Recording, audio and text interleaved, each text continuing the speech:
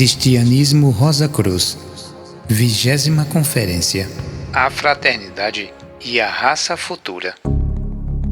De ínfimas partículas do caos, nós chegamos ao que agora somos. Nenhuma força oculta pode nos deter, e subiremos de uma a outra estrela. Partiremos as cadeias que até aqui nos têm agrilhoado, porque este mundo é hoje bem melhor do que foi qualquer dia no passado. Para a frente, para o alto, para sempre. Este é o grito de guerra do espírito conquistador.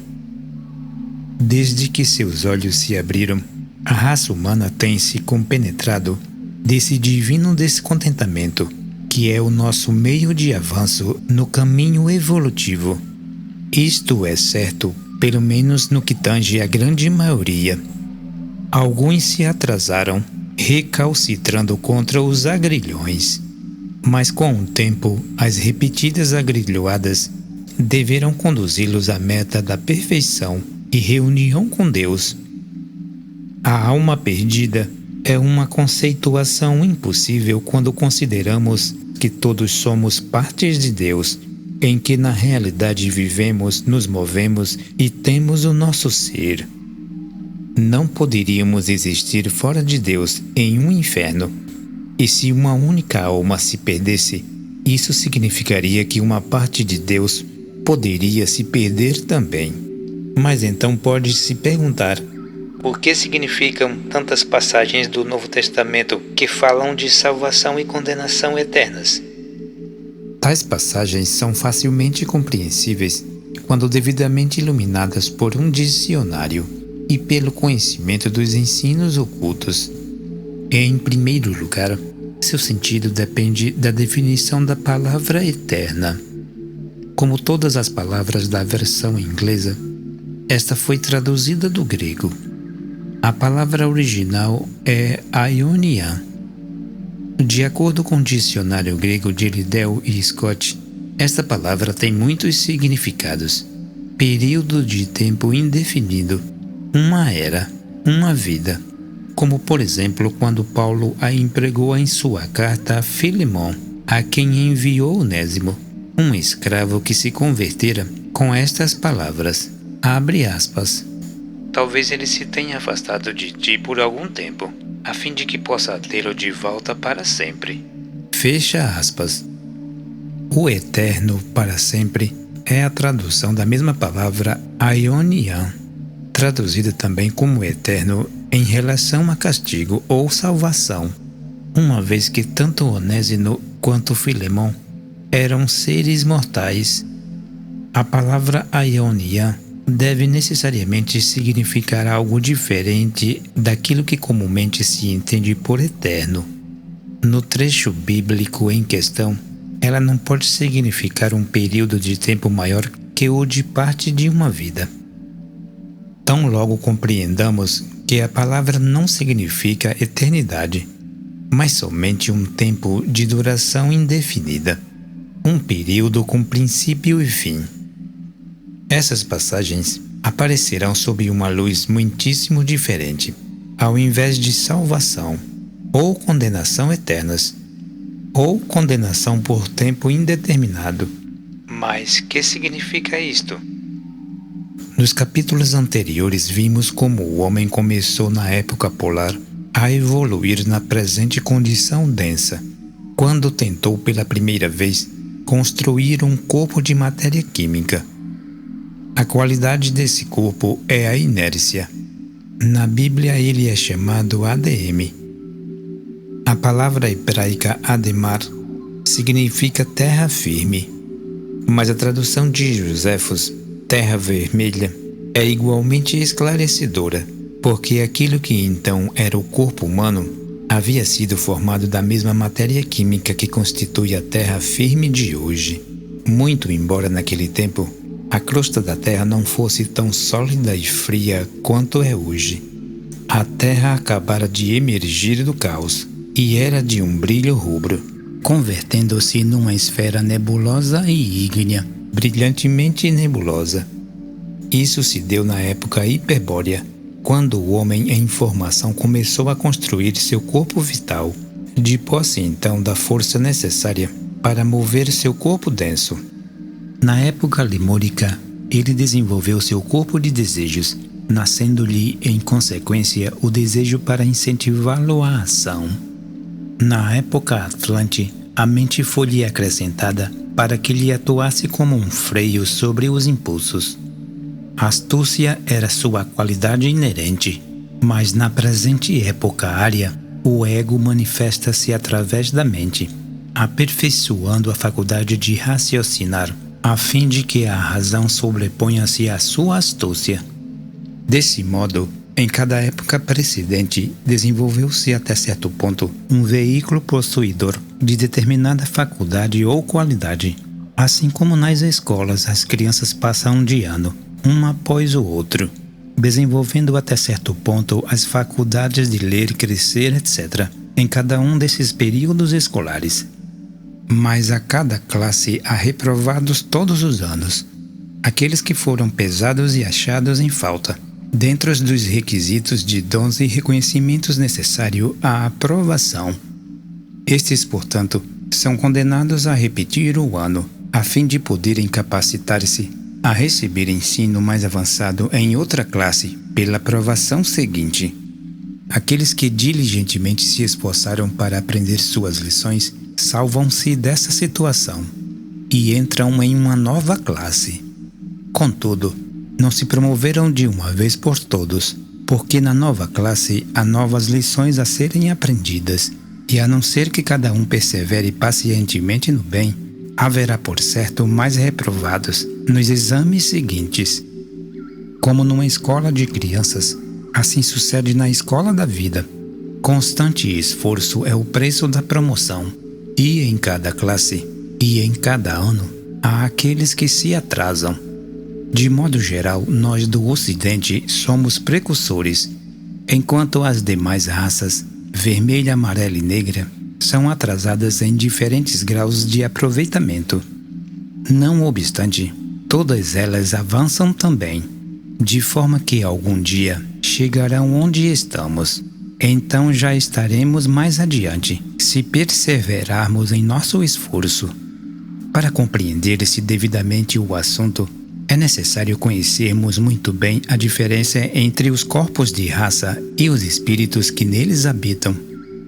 Aos precursores são proporcionados sempre corpos de raças delicados, maleáveis, flexíveis, sensíveis e capazes de atingir certas alturas na caminhada evolutiva. Sob a direção dos espíritos precursores, a raça ou nação evolui tanto quanto pode.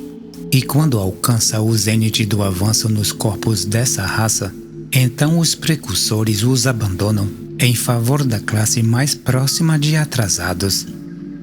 Aí começa o declínio da raça, à medida em que esses corpos vão sendo ocupados seguidamente por espíritos cada vez mais atrasados, até que por fim degeneram-se tanto que já não existem espíritos suficientemente atrasados em nossa onda de vida para progredir em corpos tais.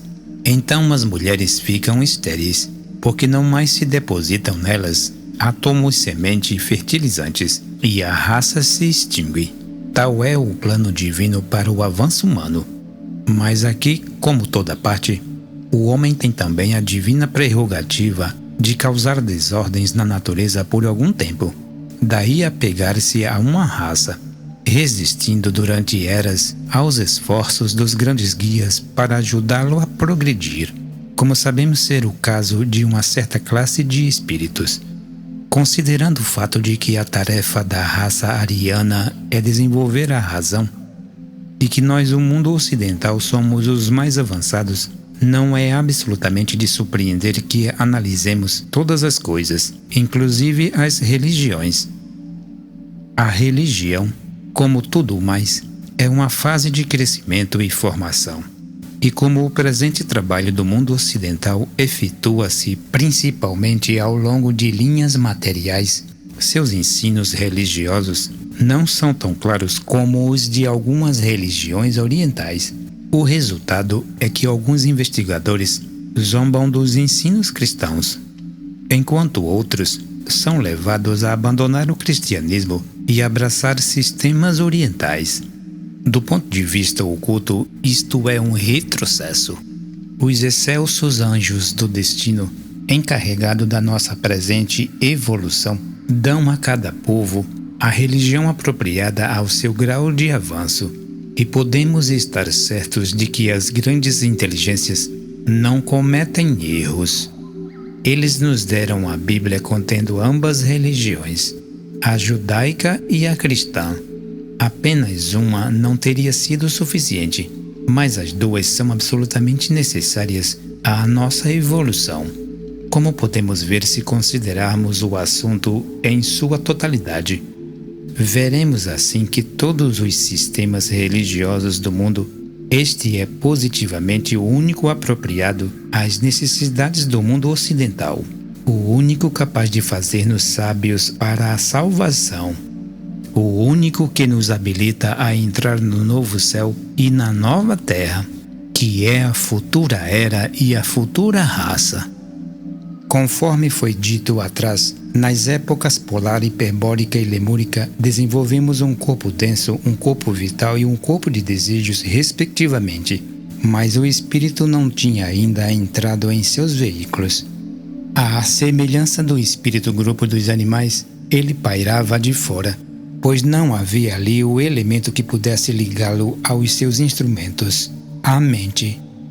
Na última parte da época lemúrica, havia uma pequena parcela da nascente humanidade que estava suficientemente avançada para receber o germe da mente, pelo que o espírito poderia então começar a apoderar-se gradativamente dos seus veículos. Em razão disso, tais pessoas eram diferentes do resto da nascente humanidade da época. Constituíram uma primeira raça, um povo eleito, separado do resto, em virtude do seu especial preparo para receber o germe mental que precisava ser desenvolvido na futura época Atlante.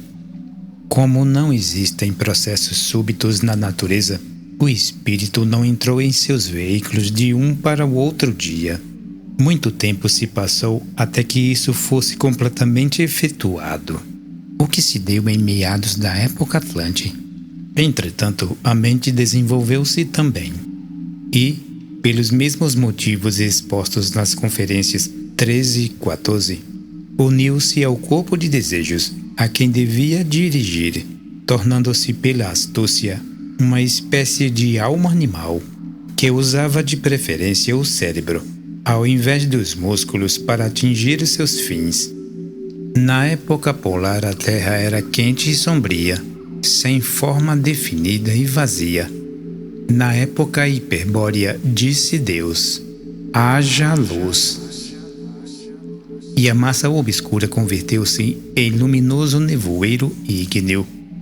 Nessa lemúrica, o contato desse quente nevoeiro com o frio do espaço exterior produziu a umidade, água densa, que, esquentando novamente quando se aproximava do núcleo ígneo, era expelida como vapor. Dessa maneira, as incrustações começaram a formar-se na última parte da Lemúria, e sobre ilhas de tais crostas vivia o homem numa atmosfera ardente. No princípio da época Atlante, a crosta da terra estava completamente formada, e desse solo úmido eleva-se um nevoeiro que envolvia toda a face da terra. Gradativamente esse nevoeiro tornou-se menos denso e também paulatinamente sua extensão diminuiu sob a superfície do globo, até que por fim deixou de encobrir o ser humano, o qual começou a ver então a clara atmosfera à sua volta, quase ao mesmo tempo em que o espírito estava completamente em seus veículos. Aqui, outra vez, houve alguns que avançaram mais do que outros, sendo pois separados como povo eleito para se tornarem os progenitores de uma nação que chegaria a ser tão numerosa quanto as areias do mar numa terra prometida. Em tais alturas a névoa havia se condensado em água, que inundou a pouco e pouco o vale da Atlântida, situada entre o que é agora Europa e América, de modo que se fez necessário ao povo de Deus emigrar dali, sendo conduzido para fora da condenada Atlântida consoante os variados relatos da história de Noé, que foi o primeiro a ver o arco-íris, pois o fenômeno era uma impossibilidade na nublada atmosfera da Atlântida, e de Moisés, que conduziu o povo eleito através do Mar Vermelho, onde pereceu o faraó, ou seja, o iníquo rei dos Atlantes. O povo eleito eram os semitas originais, a quinta raça Atlante. Não houve nenhuma raça anterior àquela mencionada na última parte da época lemúrica. Na época Atlante existiram 7. 7 mais terão existido antes do fim da presente época área, e haverá uma no começo da 6ª época, que os Rosa-Cruzes chamam de Nova Galileia, perfazendo um total de 16 raças. Durante períodos, revoluções e outras épocas, há tanto tempo em disponibilidade que os grandes guias conseguem concluir seu trabalho em quase todos os espíritos de que se encarregam. Mas nos períodos em que as 16 raças nascem e morrem, as condições são densas, e o tempo de sua ascensão e queda é comparativamente tão breve que existe o perigo de os espíritos aderirem demais e cristalizarem-se nos corpos densos de sua raça, fracassando assim em seu processo evolutivo. A salvação consiste, portanto, em esforçar-se com maior dedicação agora, porque a possibilidade da condenação é maior durante a passagem do espírito através de 16 raças do que em qualquer outro tempo. Por isso, os ocultistas denominam essas raças de os 16 caminhos da destruição, os quais são a mais séria preocupação dos guias da humanidade. A raça pertence ao corpo, de forma quando uma nova raça está para surgir, um grande guia seleciona os mais apropriados dentre a velha linhagem e controla suas relações conjugais, com o propósito de produzir o tipo adequado de corpo para a futura raça. Quando um povo eleito casa, contrariamente às suas indicações, frustra deste modo os objetivos dele. Nos primeiros tempos, antes de o homem ser dotado da mente, era muito fácil dirigi-lo, mas na época em que os semitas originais foram eleitos, já haviam estes evoluídos ao ponto de ressentir-se de restrições à sua liberdade. Além disso, tais restrições não deviam ser demasiado fortes, pois era necessário que eles tivessem uma certa dose de livre-arbítrio, ao invés de prosseguirem como autômatos de Deus. Era por conseguinte muito difícil guiar um povo tão obstinado, já que muitos de os filhos de Deus casarem-se com as filhas dos homens, frustrando assim os desígnios do seu guia. Portanto, fez-se necessário separá-los e suas proles daqueles que permaneceram fiéis, sendo levados para longe destes e dados como perdidos. Até hoje, esses rebeldes não se dão conta de que eles são os perdidos e de que não existe mais um povo eleito. Os fiéis foram segregados na Ásia Central e lá se converteram nos progenitores das raças arianas, que dali saíram e agora habitam a terra prometida, não a insignificante Palestina, mas a terra toda conforme é agora. Os rebeldes são os judeus. Na futura 6ª época não existirão raças. Outra vez reinará a fraternidade universal.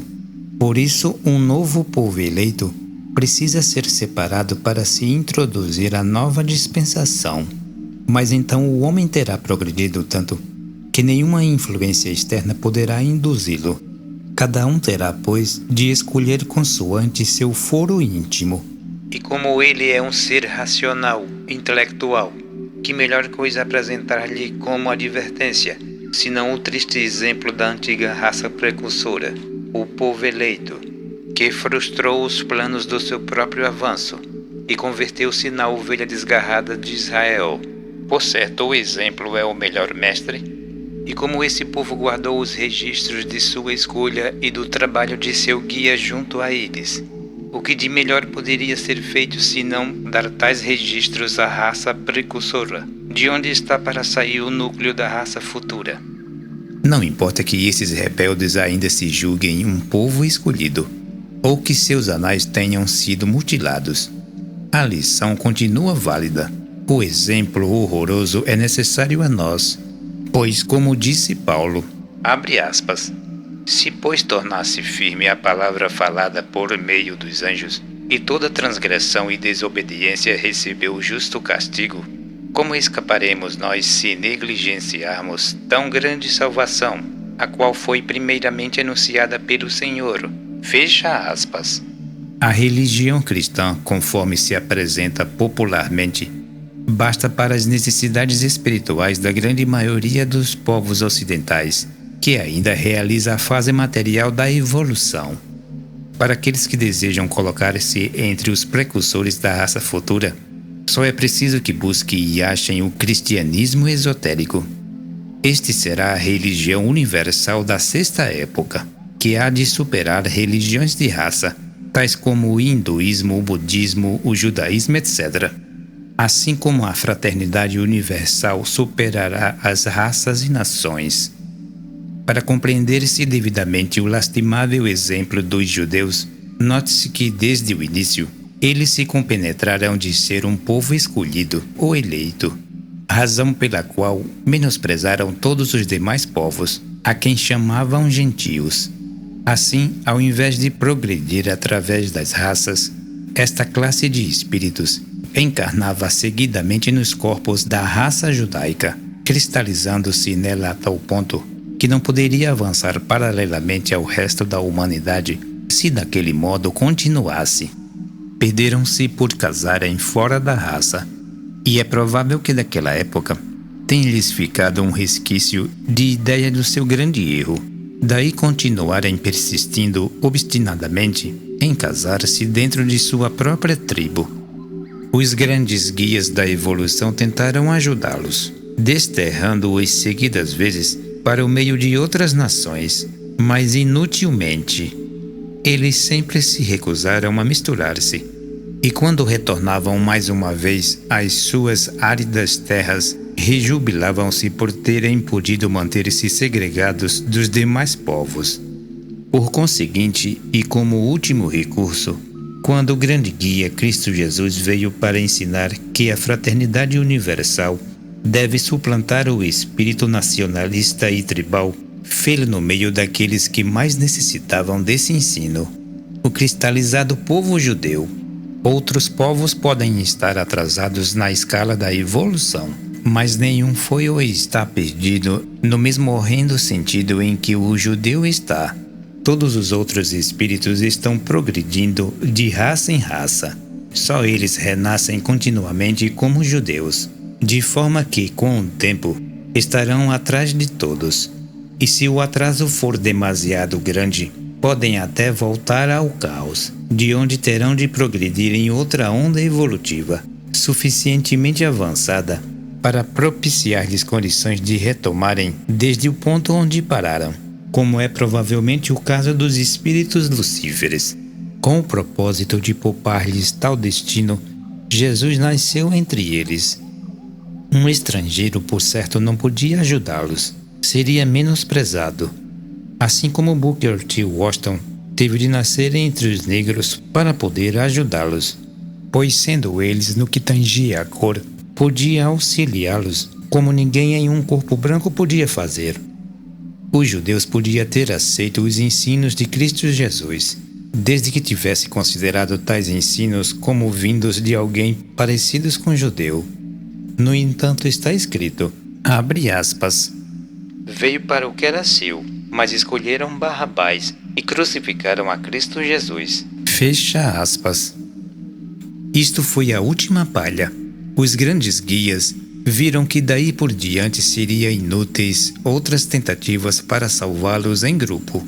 Então os judeus foram espalhados pela face da terra, passando a ser um povo apátrida. Apesar de tudo, É tal a tenacidade com que esses espíritos apegados apegam-se à sua raça, que, a despeito de todas as perseguições, continuam tão judeus como sempre, e ainda desprezando o próximo, os gentios, pelo que em troca são desdenhados e odiados. Além do mais, estão fortemente imbuídos da faculdade atlante da astúcia. E isto, mais que qualquer outra coisa, é o que os mantém atrasados. Não querem amalgamar-se agora, como jamais o quiseram, ao menos no que tange aos judeus da Europa e da Ásia. Mas na América, observa-se agora um acentuado declínio da ortodoxia, especialmente entre a mais nova geração de judeus. Cada vez eles se casam mais com pessoas de outras nacionalidades aqui neste cadinho, onde os povos se fundem para formar uma nova raça que possua as melhores qualidades de todos os diferentes corpos de raça. No devido tempo, conforme vão chegando em maior número, esses judeus contribuirão com a sua cota de crianças miscigenadas para o mundo, proporcionando deste modo aos espíritos desencarnados dos judeus corpos cada vez com menos característica dessa raça. Ao final, esses espíritos poderão ser salvos pelo casamento com raças superiores, assim como se perderam pelo casamento com nações inferiores. Do mesmo modo como os lemurianos desenvolveram o desejo através do corpo de desejos, os atlantes desenvolveram a astúcia através da mente. E nós estamos desenvolvendo a razão mediante a atividade do ego, que é o tríplice espírito, atuando somente através do seu véu mais externo, o espírito humano. Na sexta época, o espírito de vida há de implantar e amadurecer as faculdades de intuição e amor. Aqueles que aspiram tornam-se precursores da futura raça, devem, pois, esforçar-se por cultivar tais faculdades em si próprios. Como nos casos precedentes, a criação de uma raça significa geração, e esta presentemente é levada a efeito mais com a paixão do que com amor. Os casamentos realizam-se por conveniências pessoais ou sociais, ou de outras naturezas. Por isso, muitos dos que desejam viver a vida superior procuram evitar o casamento e paternidade, o que é um grande erro, porque de todos os homens, os que adquirem conhecimento superior são os mais adequados para o dever de gerar filhos, uma vez que são capazes de dominar a paixão e executar o ato gerador apenas com amor, como um sacrifício feito sobre o altar da humanidade. Na raça futura, a fraternidade e o amor envolverão também nossos irmãos mais jovens, os animais. Assim, ao invés de agirmos como atualmente, caçando-os, matando-os e submetendo-os a crueldades, dedicar-lhes-emos os melhores cuidados e ganharemos sua confiança. Deste modo, todas as gloriosas profecias serão realizadas. O homem converterá suas espadas em relhas de arados e suas lanças em podadeiras. Sentar-se-á cada um debaixo de sua figueira, e dela comerá o fruto. E haverá paz sobre a terra e boa vontade entre os homens. É privilégio nosso ajudar a introduzir essa gloriosa era, a qual chegará quando estivermos preparados. Não virá por nenhuma força externa, e nenhum guia externo deve ser esperado antes que um número suficiente comece a viver a fraternidade. É inútil esperar a segunda vinda de Cristo de outro modo que não seja o de nos fazer capazes para recebê-lo, porque dessa vinda foi dito verdadeiramente, abre aspas, daquele dia e hora ninguém sabe, fecha aspas. Pode ou não demorar-se, pois não tem prazo. Enquanto vivemos egoisticamente e cedermos à paixão e ao vício, retardaremos por certo a sua vinda, mas podemos acelerá-la se, pelo contrário, vivermos uma vida de amor, aliviando os fardos de um e amenizando os sofrimentos de outros. Somente quando Cristo haja sido formado internamente, poderá ser percebido externamente, pois ainda que Cristo nasce 1000 vezes em Belém, Se não nascer dentro de ti, tua alma ficará perdida. Em vão olharás a cruz do Gólgota, a menos que dentro de ti ela seja novamente erguida.